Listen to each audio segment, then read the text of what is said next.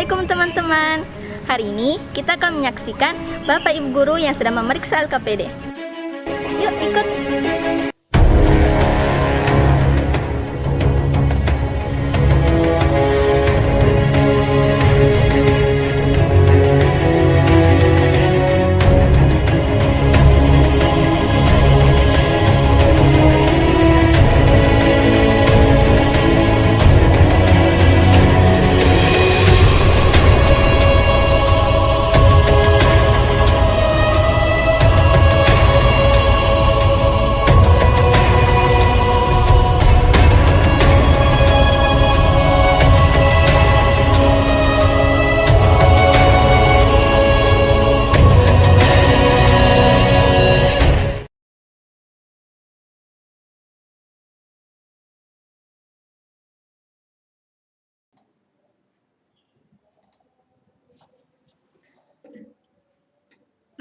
Bismillah, Assalamualaikum warahmatullahi wabarakatuh.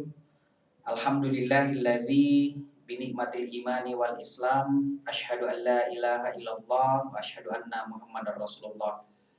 Alhamdulillah, ananda sekalian, pada kesempatan kali ini kita bersyukur kepada Allah Subhanahu wa taala atas berbagai nikmat yang diberikan kepada kita semuanya, ananda yang berada di rumah kelas 9 Tahfiz, kelas 9A, 9B1, dan 9B2.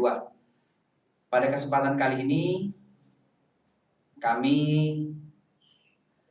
akan mengajarkan berkaitan dengan pembelajaran kemuhammadiyahan. Dan pada kesempatan kali ini adalah pertemuan pembelajaran yang ke-6. Dan ananda sekalian yang berada di rumah, dari LKPD, lembar kerja peserta didik yang telah dibagikan, yang ananda sekalian sudah ambil, ini berkaitan dengan materi pedoman hidup Islami warga Muhammadiyah. Dan itu berkaitan dengan bacaan sholat yang diminta kepada ananda sekalian untuk mengerjakan, ya, dari tata cara sholat menurut keputusan Tarji Muhammadiyah. Untuk langkah pertama, membaca dengan teliti tata cara sholat menurut putusan Tarji Muhammadiyah. Kemudian dari LKPD yang dibagikan, diharapkan ananda sekalian bisa menuliskan beberapa hal berkaitan dengan bacaan sholat dalam pembelajaran yang telah disampaikan, ya. Jadi kalau misalnya ada yang mau ditulis kembali, tentu kalian bisa buka-buka di bacaan sholat dan bisa dibuka juga di pedoman hidup warga Muhammadiyah. Dan pada kesempatan kali ini, ananda sekalian, itu berkaitan dengan tugas yang disampaikan oleh Pak Munir, dan mudah-mudahan ananda sekalian bisa menjawab dengan baik dan benar, dan dikumpulkan nanti hari Ahad dilihat pekerjaannya untuk berkaitan dengan tata cara sholat.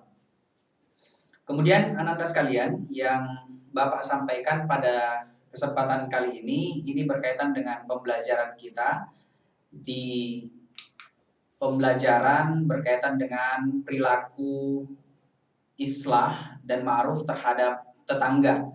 Ini di dalam buku kalian, ya, di pendidikan kemuhammadiyahan, ya, di buku yang Bapak pegang ini, itu nanti kalian bisa buka di pembelajaran kita berlaku islah. Itu kalau kalian buka di daftar pustakanya, itu di halaman 119, ya, di bukunya ini, ya.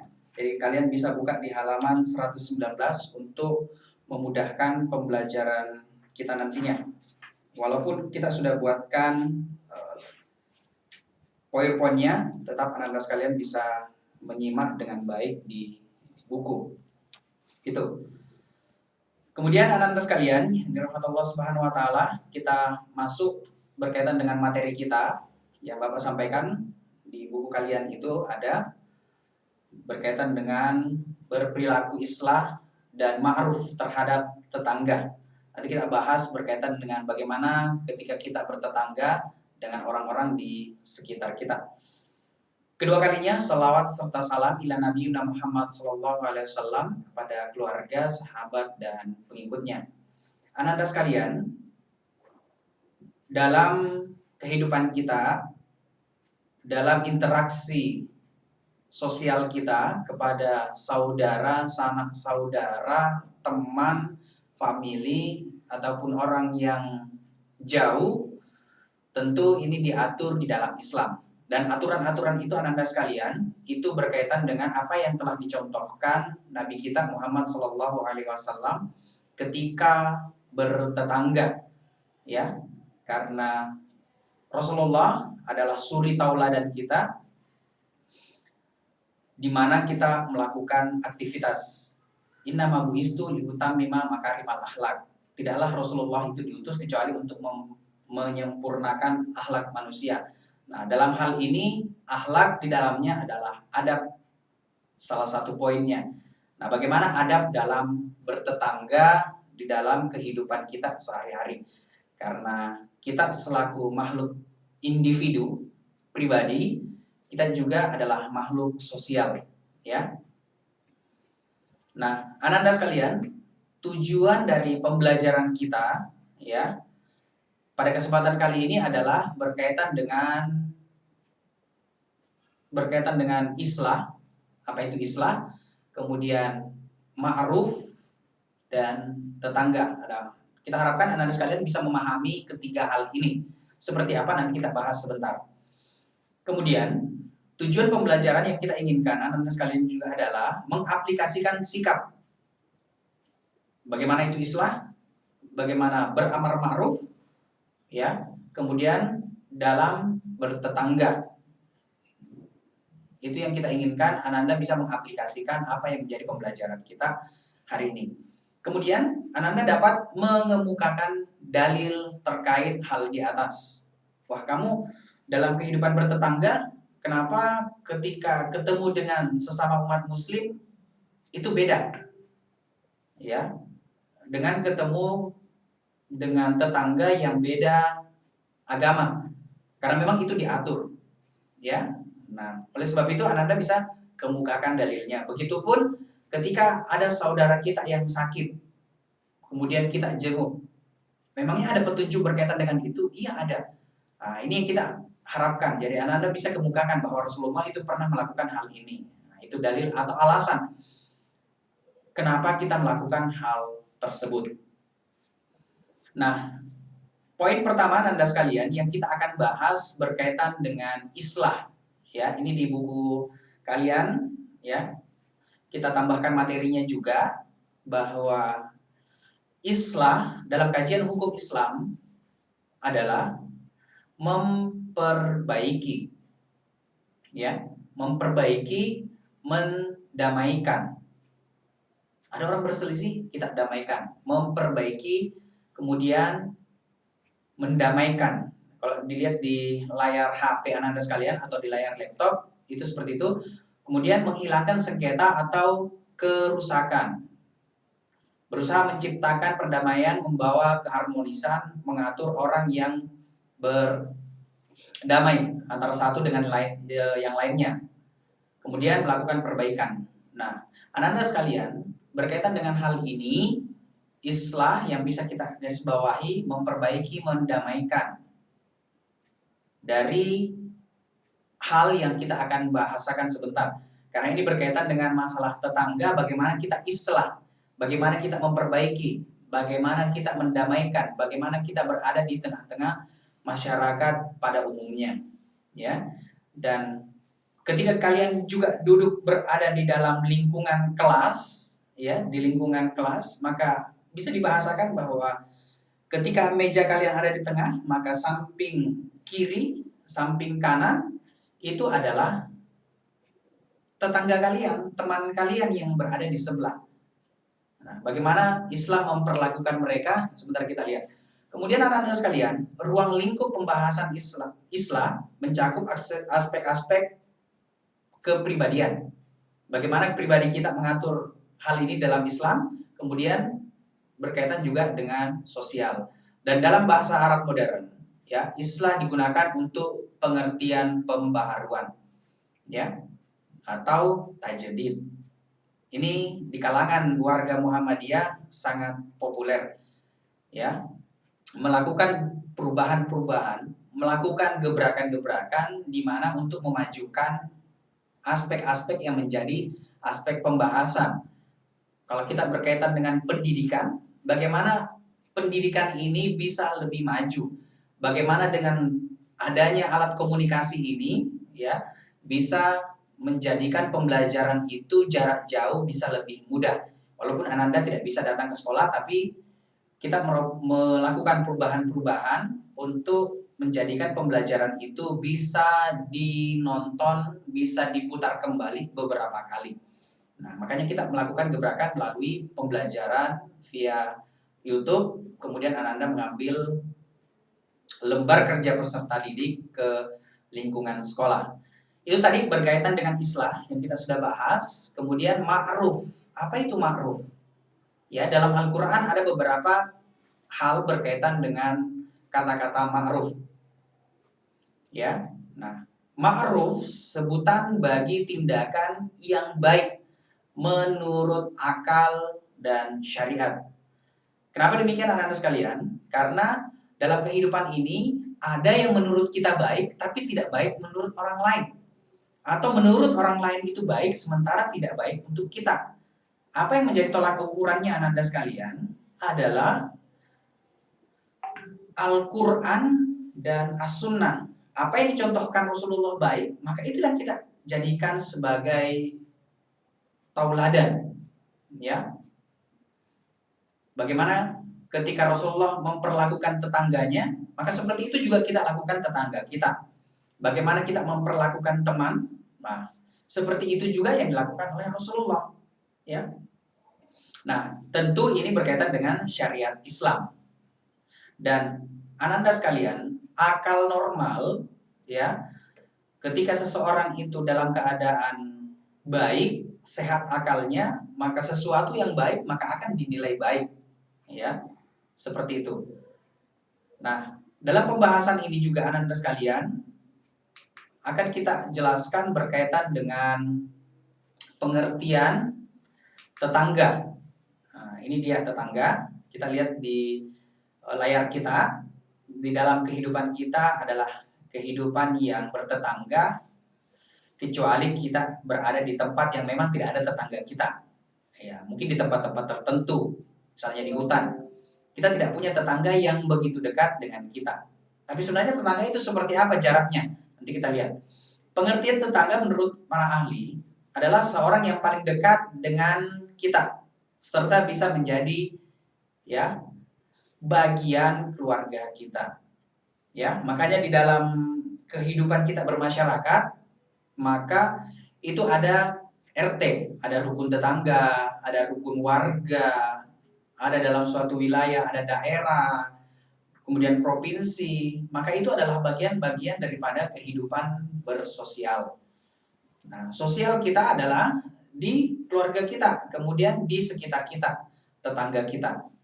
Nah, sementara tetangga menurut Islam Anda sekalian adalah penghuni yang berada atau tinggal di sekeliling rumah kita, ya, rumah seseorang, melalui dari rumah pertama sampai ke rumah 40.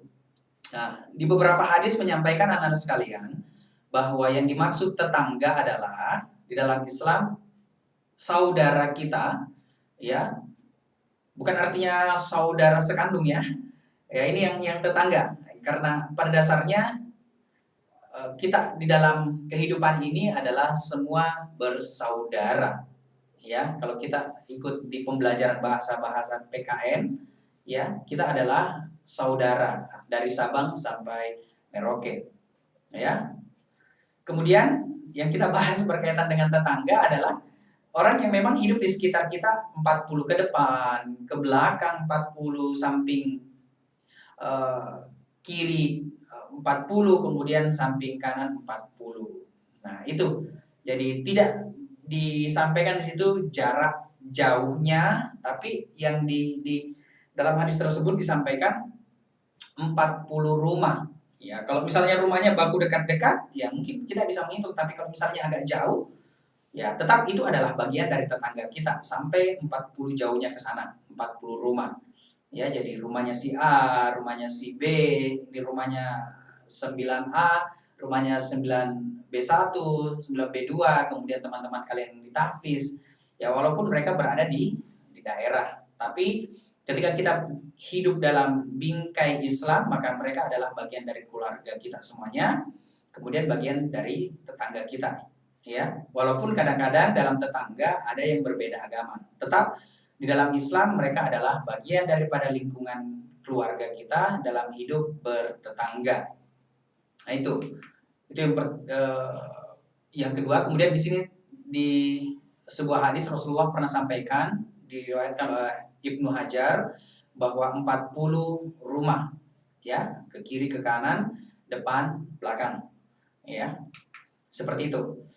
Kemudian anak-anak sekalian, pada kesempatan kali ini tadi kita sudah sampaikan bagaimana itu islah, ya, kemudian bagaimana itu berkaitan dengan ma'ruf, ya, berbuat baik, sesuatu yang baik, kemudian mendamaikan, ya, islah tadi, kemudian dengan tetangga. Nah, kita sudah ambil poin dari masing-masing pengertian ini.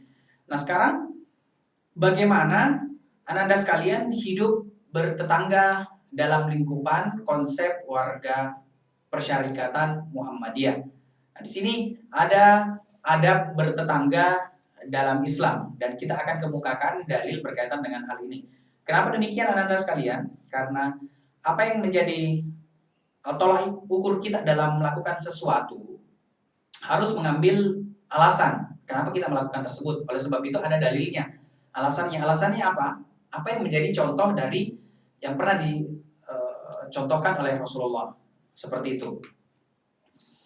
Kita yang pertama Anda sekalian, ya, sebelum kita memasuki ada konsep. Sebagai makhluk sosial, kita tidak akan dapat hidup dengan baik tanpa bantuan orang lain. Sejak kita lahir bahkan hingga kita meninggal. Ya, ingat, sejak kita lahir sampai kita meninggal. Anda sekalian, ketika dilahirkan oleh orang tuanya, ibunya, maka kalian pasti akan, pada umumnya dia akan datang ke rumah sakit. Di rumah sakit itu ada beberapa dokter yang akan menangani. Artinya kita butuh orang lain. Ya. Itu. Bahkan dalam kehidupan kita sehari-hari. Pernah kita contohkan dalam pembelajaran al-Islam, ya. Pakaian kita ini tidak hadir dengan sendirinya. Tentu ada kerja-kerja orang lain, kemudian kita beli. Begitupun nanti anak-anak sekalian, ketika kita akan meninggalkan dunia ini, maka ada juga orang lain yang akan mengurus jenazah kita. Ya, mulai dari memandikan sampai mengkafani dan menguburkan, mengantarkan kita ke tempat yang abadi. Seperti itu. Oleh sebab itu anak-anak sekalian, maka dalam konsep pembelajaran ini kita dianjurkan untuk selalu berpikir positif kepada saudara-saudara kita, tetangga-tetangga kita, walaupun mungkin kadang, ya, ada hal-hal negatif yang mereka lakukan terhadap kita. Tapi kita ambil pelajaran bahwa dalam kehidupan ini, anak-anak sekalian, tidak ada yang sempurna. Ya, karena ketika kita melihat kekurangan teman kita, wah si A misalnya atau si B selalu dia diangkat-angkat, selalu dia yang dicerita, selalu dia dan seterusnya. Tidak seperti itu. Jadi mungkin itu kelebihannya, tapi di samping kelebihan tentu ada kekurangan. Jadi kita tidak kemudian merasa bahwa aduh dia terus kenapa saya dan seterusnya, ya. Jadi itu yang perlu kita pahami anak-anak sekalian. Oleh dari itu, kita harus menjaga hubungan baik dengan sesama, terutama dengan tetangga. Ya, ketika kita sakit, mungkin keluarga kita yang jauh itu tidak langsung datang. Ya. Maka yang akan melihat kita anak-anak sekalian adalah tetangga. Ya.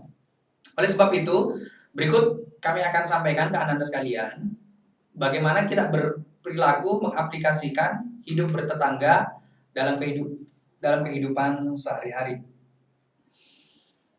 Oke, Anda sekalian, kita selaku warga ya, sekolah ya, dalam kehidupan kita juga ada di antara teman-teman kita. Dan dalam kehidupan bertetangga, di samping rumah kita, bagaimana kita bersikap? Yang pertama adalah bersikap baik. Seperti apa? Kepada tetangga, hendaknya kita selalu bersikap baik agar hubungan terjalin ya, semakin hangat dan akrab. Hal ini telah difirmankan oleh Allah Subhanahu wa taala. Di mana Anda sekalian, yang perlu kita tanamkan kepada kita semuanya selaku warga dalam kehidupan bertetangga, maka hendaklah kita bersikap baik. Banyak hal-hal yang bersifat baik, berprasangka baik, ya, melakukan hal yang baik-baik, yang ada kata-kata baik di belakangnya, ya, bukan dengan cara yang baik, ya, seperti itu.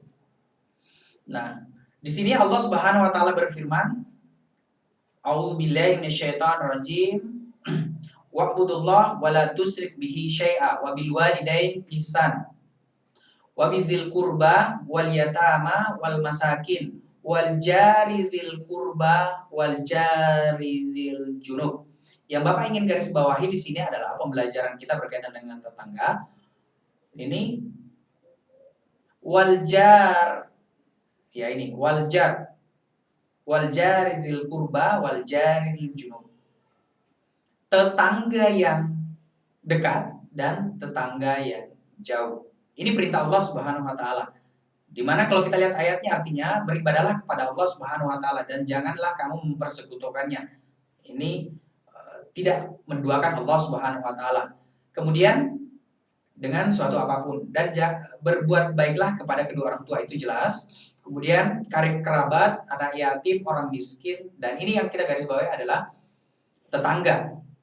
Bagaimana kita berbuat baik kepada tetangga yang berada di sekitar kita. Nah ini, ada tetangga yang dekat. Siapa yang dekat? Yang dekat rumah kita. Bahkan ada beberapa rumah di antara sekalian hanya dibatasi oleh tembok. Temboknya si A dengan si B. Jadi itu satu tembok, rumahnya di sebelah. Ya, kemudian begitu pun tetangga-tetangga yang agak jauh tinggal dengan kita. Nah, itu pun adalah bagian daripada tetangga kita, anak-anak sekalian. Kemudian yang kedua, bagaimana kita selaku warga Muhammadiyah untuk tidak menghalangi bangunan tetangga. Tadi kita sudah bahas berkaitan dengan rumah kita dengan rumah tetangga kita, ada beberapa yang agak dekat memang anak-anak sekalian. Ya. Oleh sebab itu dalam Islam, dalam bertetangga tentu kita akan memiliki bangunan rumah yang saling berdampingan. Nah, terutama teman-teman atau anak-anak sekalian yang hidup di daerah perkotaan berdampingan. Bahkan beberapa rumah juga berdempetan. Ya, ada memang yang berdempetan. Kalau kalian agak ke desa-desa mungkin memang ya rumahnya agak jauh karena memang 1 hektar rumahnya, kemudian di berikutnya rumahnya tetangganya lagi. Nah, itu. Ya, sebagai tetangga yang baik, hendaknya kita tidak menghalangi tetangga untuk membangun rumah atau menghalangi udara dan sinar matahari ke rumah tetangga kita. Kenapa demikian anak-anak sekalian?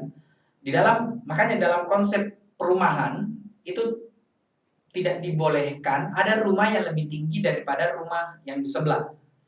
Ya. Seperti itu. Kecuali tetangga yang di sebelah, anak-anak sekalian, itu meninggikan rumahnya sudah minta izin dari tetangga yang di sebelahnya karena tidak menutup kemudian, ya anak-anak sekalian, cahaya matahari itu tidak langsung ke rumah orang tersebut, tetangga kita, karena terhalang oleh rumah kita. Nah, itu tidak boleh. Oleh sebab itu kadang-kadang kita harus minta izin. Pak, tapi saya mau bangun rumah, tapi rumah saya agak tinggi, 3 lantai, atau 4 lantai, atau 10 lantai.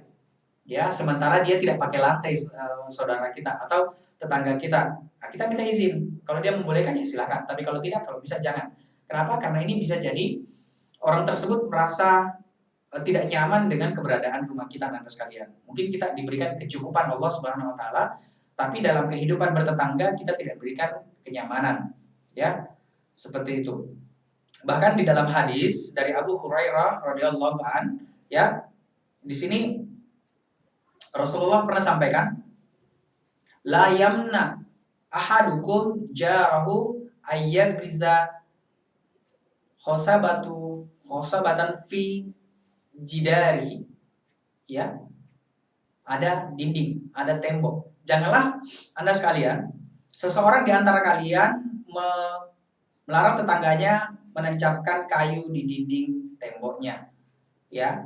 Nah, ini jadi mengajarkan kepada kita untuk selalu memperhatikan tetangga kita yang berada di sekitar kita, ya, agar dia tidak terganggu. Kemudian berikutnya anak-anak sekalian, memelihara hak tetangga. Anak-anak sekalian, dalam kehidupan ini, dalam kehidupan bersosial, ya, selaku warga Muhammadiyah, kita memiliki hak. Saya punya hak, anak-anak sekalian yang berada di rumah juga punya hak, ya, tetangga kita punya hak, kemudian juga punya kewajiban. Antara hak dan kewajiban itu melengket pada diri seseorang. Nah, berkaitan dengan tetangga, salah satu hal yang harus kita utamakan adalah memelihara hak tetangga. Hak tetangga yang perlu kita jaga adalah melindungi harta mereka dari orang-orang jahat, serta memberikan beberapa hadiah. Rumah itu adalah bagian dari harta tetangga kita. Apalagi yang ada di dalamnya. Ada perabotannya, ada alat masaknya, ada kulkasnya, ada harta-harta yang lainnya. Itu adalah hak tetangga kita, milik mereka. Dan kita tidak boleh mengambil, karena memang bukan milik kita. Ya, begitupun sebaliknya. Nah, dalam kehidupan bertetangga, anak-anak sekalian, hendaknya kita saling menjaga. Ya, kalau ada hal-hal yang mencurigakan di tetangga kita, ya kita sampaikan. Ya, sepertinya ada orang mau mencuri di sebelah. Ya, kita bantu, bukan bantu mencuri. Ya, kita bantu untuk apa istilahnya? Untuk supaya pencuri itu tidak masuk. Makanya di beberapa rumah itu anak-anak sekalian ada CCTV. Ya, CCTV untuk memantau gerak-gerik orang di luar sana. Ya. Oleh sebab itu, kita juga bisa menjadi CCTV bagi keluarga saudara kita, tetangga kita. Artinya kita bantu-bantu lihat, apalagi kalau misalnya dia lagi bepergian, ya. Ya. Berkaitan dengan hal ini anak-anak sekalian, memberi hadiah. Dari Aisyah radhiyallahu an, ya, ia berkata, aku bertanya, wahai Rasulullah, aku memiliki 2 tetangga, maka manakah yang aku beri hadiah? Nah, ini Rasulullah sampaikan, ila akrobi bihima minka baban, ya. Artinya yang pintunya paling dekat dengan rumahmu. Berarti kalau yang paling dekat itu yang mana? Nanti kita juga tidak usah juga kemudian, oh kalau gitu saya mau ukur dulu pakai ambil meteran, kemudian ukur rumah tetangga saya, tidak usah. Ya, cuma kamu bisa kira-kira, oh mungkin tetangga saya yang lebih dekat pintu rumahnya itu yang berada di depan, ya. Atau memang mungkin yang agak dekat itu yang di samping, ya, atau bisa kiri atau kanan. Nah, itu yang paling duluan kita berikan hadiah. Makanya dalam pembelajaran kita pernah sampaikan kepada Anda sekalian, ketika kita masak sesuatu, maka kita juga dianjurkan untuk berbagi kepada tetangga kita.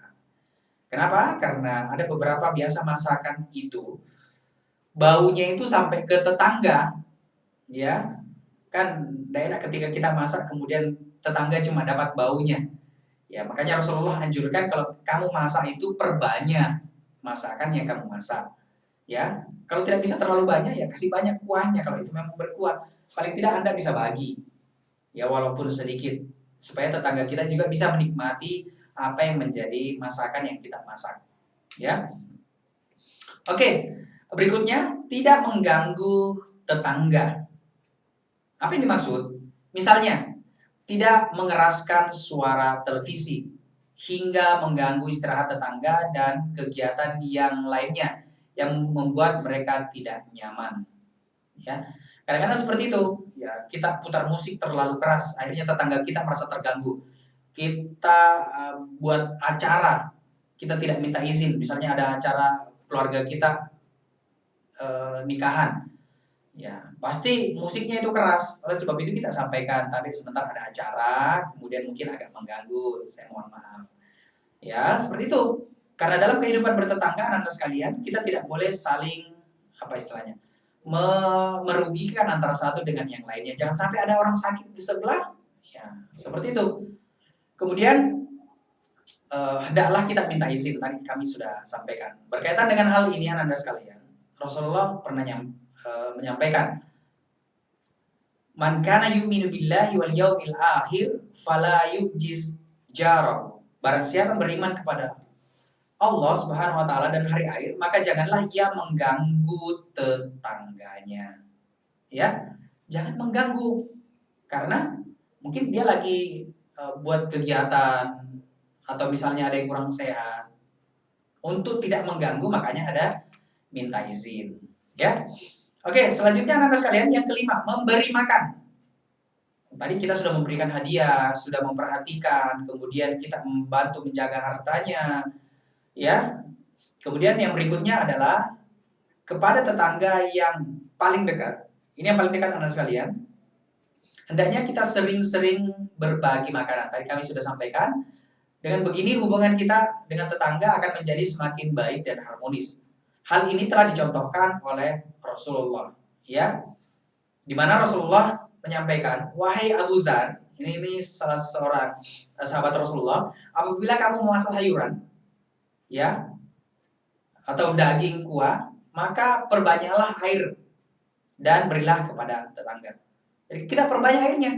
Kalau memang itu cuma sedikit, ya kita perbanyak airnya, paling tidak kita bisa berikan kepada tetangga kita supaya juga bisa menikmati apa yang kita konsumsi. Nah itu anak-anak sekalian yang berada di rumah, jadi ini kalian bisa contohkan dan bisa kalian yang melakukan hal ini, kenapa tidak? Nah berikutnya anak-anak sekalian yang keenam, sebelum yang terakhir, sabar jika diganggu.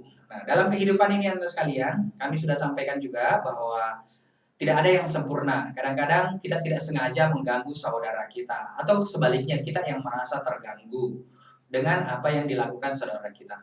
Ada bertetangga yang lain, yang kami sudah sampaikan, selalu bersabar jika diganggu oleh tetangga yang jahil. Nah, kadang-kadang seperti itu. Jangankan tetangga, teman-teman kita juga kadang-kadang seperti itu. Si A ganggu si B ganggu si C ganggu si A. Ya, akhirnya baku ganggu. Ya, tidak jadi belajar. Ya, nah seperti itu. Jadi dari tetangga kita, jadi membuat masalah, jahil membuat masalah, maka apa yang kita lakukan terhadap tetangga-tetangga kita ini, Rasulullah pernah sampaikan ada beberapa hal anak-anak sekalian. Ada 3 kelompok manusia yang dicintai Allah. Ya, mudah-mudahan kita termasuk dalamnya. Disebutkan diantaranya seseorang yang mempunyai tetangga, ia selalu disakiti, diganggu oleh tetangganya. Namun ia bersabar atas gangguannya hingga kedua pisah oleh kematian atau keberangkatannya. Artinya ada kata-kata sabar. Ya, karena orang yang bersabar itu anak-anak sekalian akan bersama Allah Subhanahu wa taala. Ya, innallaha ma'as sabirin. Allah bersama orang-orang yang sabar.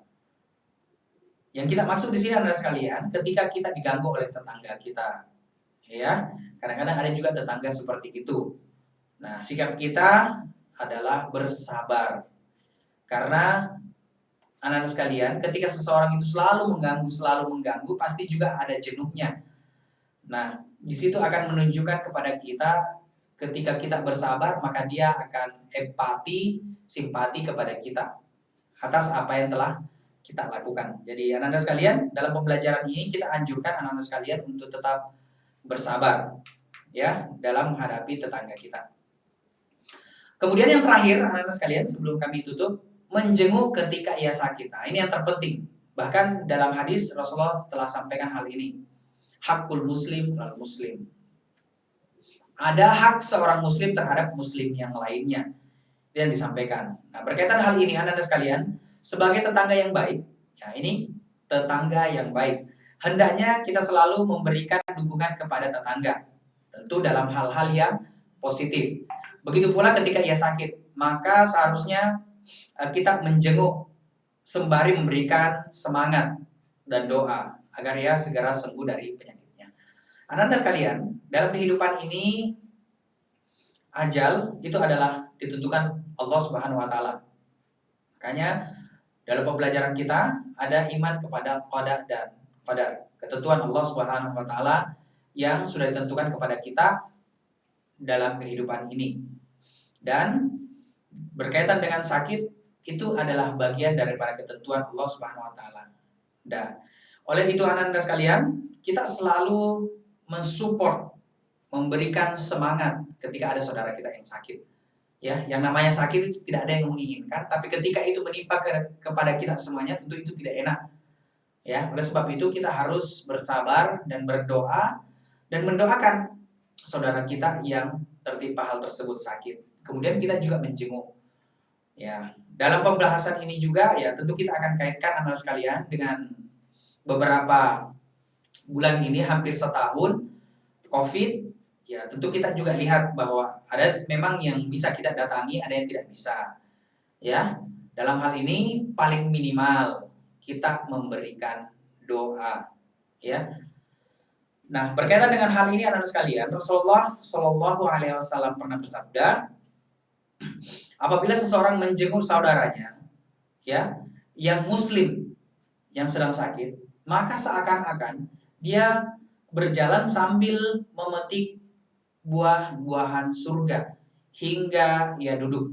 Nah, itu Rasulullah memberikan sebuah ibarat. Jadi dia menjenguk orang sakit, saudaranya yang sakit, seolah-olah dia pergi kemudian di perjalanan tersebut dia memetik buah. Nah, ini bukan buah sembarang, justru buah dari buah-buahan yang ada di surga.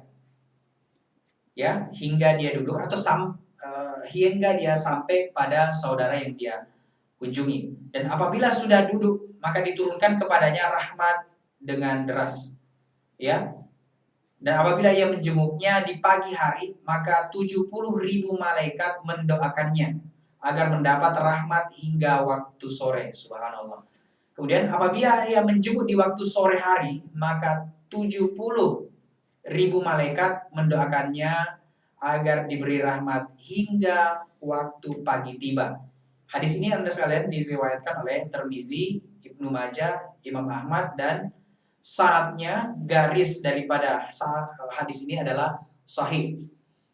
Begitu banyak pahala kemuliaan yang diberikan Allah Subhanahu wa taala kepada kita selaku tetangga yang selalu mendoakan tetangga yang lainnya yang sedang sakit, apalagi kita mengunjungi. Begitupun teman-teman kita anak-anak sekalian, kalau ada yang sakit, kalau kita bisa kunjungi, kenapa tidak? Karena begitu banyak kenikmatan yang akan diberikan Allah Subhanahu wa taala. Oke, anak-anak sekalian, pada kesempatan kali ini saja yang Bapak sampaikan berkaitan dengan materi kita. Di buku kalian, di buku Kemuhammadiyahan itu di halaman 100 itu sampai selesai. Jadi pembahasan ini sudah selesai di bab 4. Nanti kita ketemu insya Allah, mudah-mudahan Pak Munir sudah bisa hadir menemani kalian dalam pembahasan di bab 5. Ya. Dan kami sampaikan kembali anak-anak sekalian, tadi kami sudah sampaikan berkaitan dengan LKPD, itu berkaitan dengan pedoman hidup warga Islam, ya, warga Muhammadiyah. Ini berkaitan dengan bacaan sholat anak-anak sekalian, tolong dikerjakan, kemudian nanti dikumpulkan LKPD-nya di hari Ahad. Ini saja, terima kasih anak-anak sekalian. Saya lihat sebentar ya. Ini ada beberapa yang stay sampai sekarang, alhamdulillah. Ya, di akhir pembelajaran ini saya lihat banyak ini di pertama-pertama sampai terakhir ada 9 orang yang tetap masih menonton. Ya, terima kasih Ananda yang 9 orang ini. Saya doakan mudah-mudahan Ananda sekalian yang 9 orang ini sehat walafiat dan menjadi tetangga yang baik, dan tentunya kita berharap kita menjadi orang-orang yang dimuliakan Allah Subhanahu wa taala, terkhusus dalam pembelajaran kita yang dilakukan kemudian Ananda sekalian ikuti. Ya, kami sangat bersyukur kepada Anda sekalian yang selalu mengikuti pembelajaran. Walaupun dalam pembelajaran ini Anda sekalian, kalian mungkin bisa baca di buku, ya. Tapi penyampaian seperti ini yang kita harapkan. Artinya Ananda live dalam pembelajaran, bukan diputar di waktu luang, ya. Jadi pembelajaran ini kita harapkan live dan Ananda sekalian bisa lihat juga secara live pembelajaran. Terima kasih 9 orang ini, ya, Ananda sekalian yang sudah menyaksikan pembelajaran. Mudah-mudahan kalian mendapat faedah dari pembelajaran yang kami sampaikan. Adapun kalau misalnya ada kekurangan, mudah-mudahan kami bisa perbaiki untuk pembelajaran berikutnya. Terima kasih Ananda sekalian. Hadanallahu wa iyyakum. Untuk kalian semua, terkhusus yang 9 orang ini, prestasi tetap melaju, ibadah tetap nomor 1. Wassalamualaikum warahmatullahi wabarakatuh.